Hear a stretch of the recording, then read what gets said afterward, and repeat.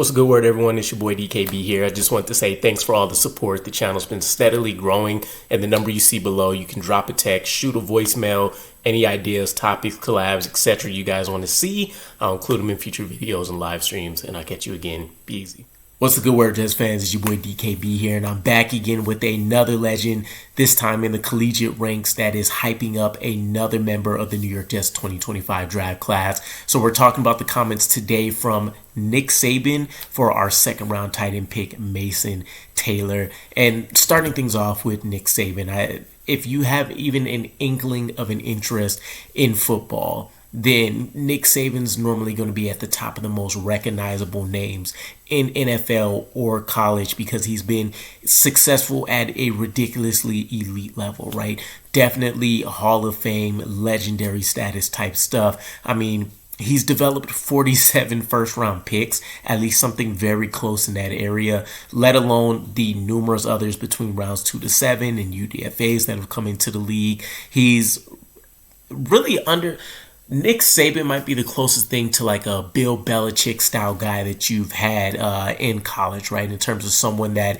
is not just a head coach, he's the face of the program. He's the lead recruiter, if you will. He's the top-notch developer. Obviously, the acumen on both sides of the ball ridiculously high, and so he's going to be an instantly accredited individual when you talk about whether he's speaking to somebody glowingly or he's giving a review that's not so kind to someone, right? So when I look at him having the number one recruiting class for I don't know how many years, right? It seems like every single season they were coming back and being named as pulling off the top class for that year. Again, all of the draft picks that we mentioned he's developed. You talk about all of the playoff games that he's been in. I feel like he has a 6-3 record off the top of my head, if I recall. But when it comes to Mason Taylor, there was a lot of people that really felt like it was an underwhelming pick. And this is one that I think in overall, if you pick somebody in the first 2 rounds, let's say even 3, that doesn't have some kind of ridiculously athletic or elite trait about them, some people are going to question it. But in this case, I think when you look at Mason Taylor, he just brings it. He's just an awesome prospect from top down, right? 20 years old, 6'5", 250-ish pounds. So he's already coming in built extremely well for his age. And I don't want to lump him in the same basket of like a Braylon Allen, but if you think about a kid that's relatively young for his position, playing in the SEC, being able to have top-notch success, right? Being a top record holder at the LSU program, which is pretty notable for a lot of top-tier talents they've been able to put out across the board. And he's developed at a pretty consistent pace throughout the course of his years there at LSU. So the mentality is going to be on point. The production is obviously there for you. The gamesmanship, everything that you're going to look for, tangible traits and otherwise, Mason Taylor has that wrapped up. So really it's hard to see someone like Mason Taylor failing. Will he ever be at the, a top 3, top 5 type tight end in the NFL? Maybe he has some exceptional years here and there, but overall I think you do end up placing him somewhere in that top 10 category. But to get into some of the comments from Nick Saban here, right, because I think this proves the point of why this was a really, really great selection for the New York Jets. And just at the top of things here, his quote is essentially going into the fact that this was his biggest recruiting mistake and some of the elements of why, right? So this is the biggest recruiting mistake we ever made. This guy is the best tight end we had in camp. I know that he's got 2 Pro Bowlers, DNA, Zach and Jason, his father and uncle, I believe. We bring the guy in and we shuffle around on whether, excuse me, we're going to offer him or not, and then he commits to LSU. Then we try to get him. This guy is an outstanding player. He's got the right mental makeup, and he can play all the spots at tight end. He can play hand in the dirt. He can move as an H. He can play out as a wideout. This guy is a really good player. He's my favorite all-around tight end, and that's pretty big, right? If you look across the collegiate landscape, and you even look at some of these, these 2,000 kids are being built different. I don't know what's in the formula that's out here, but you have 12, 13, 14-year-old kids that are walking around at like 6'2", 200 pounds.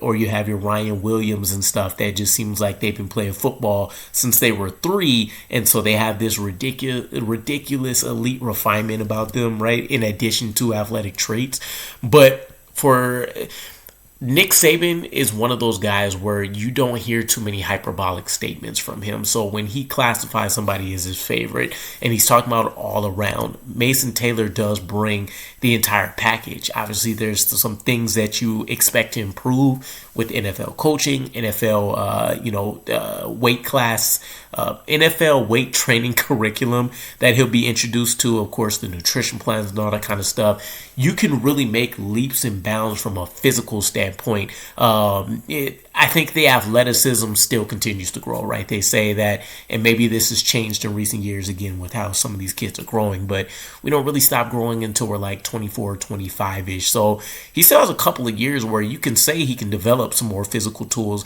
He can improve on his levels of athleticism as he develops throughout the league. So I'm really, really high on Mason Taylor. Honestly, one of my favorite picks from this draft class. And I can't see how he fails. The hands are superb. You expect to see him improve his pass and run blocking ability. He has the potential to be able to stretch the field, attack the seams, being able to do some things on vertical style routes. But really, I think his floor ends up just being a upper tier underneath route runner, where when you get him the ability to improve on some of his catch and run targets, he's going to excel, and he'll be a guy that maybe just ends up being one of the better yak players for himself when you rank him up against what the league is pushing out. But in terms of just having a true number one tight end that can play inline, can play out, you can flex him out wide, can do a ton of damage coming out of the backfield. It's going to be a secure blocker for you. I don't understand how you hate this pick. And then you throw in the support of Nick Saban, who's been introduced to him up close and personal, not only with the time he had to try to recruit him, but he ended up being the reason why they lost out in the playoffs as well in 2022, where Alabama faced LSU and Taylor caught the game-winning 2-point conversion.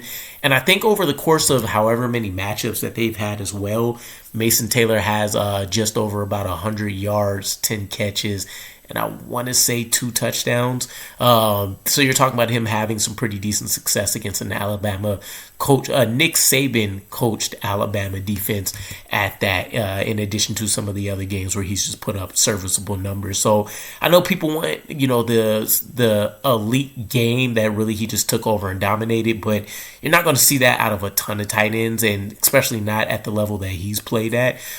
In addition to that, I think just the fact that he showed off that he can be a plug-and-play starter with all of the components of what it takes to be a tight end. Huge plus, especially considering how long it can take a tight end to have a direct impact on the game throughout the course of a rookie deal. So whatever we can squeeze out of him in year one, and again, Steve Hyden being there, Jeff Blasco being there, Tanner Engstrom being there, and seeing how they've all operated with former tight ends that they've had, he has a really, really solid group ahead of him. And of course, Justin Fields. And I don't want to say how reliant he is on the tight end, but the tendency he has for his tight ends to look good around him, just because he is going to be that run threat, and he does have the arm that's talented enough to be able to do a multitude of things. And so if we can't get him to play better as well compared to how the general trajectory of his career has been, sky's the limit for Mason Taylor here. So I'm super thrilled about it. Let me know what you guys think. I doubt Nick Saban's comments in and of itself would sway many of you one way or the other, but just kind of want to paint the full picture, right? I think while Armand Mimbu was tagged as the safest pick, in reality, I really think it's Mason Taylor. It's hard to really find a significant flaw in his game, and I haven't done a complete breakdown, so we'll see if these change once I start getting these draft profile videos out for the draft class as well as the UDFAs. But yeah, really hard to see this guy just face planting and it being a wasted pick. So it'll also be nice to see him break that second round pick kind of curse that we have going on whenever it's a weapon selected at that position. Devin Smith, I feel like Stephen Hill was a second rounder, but Jason Morrow, plenty of names that are out there, right? So let me know what you guys think. I'll catch you guys again. Peace.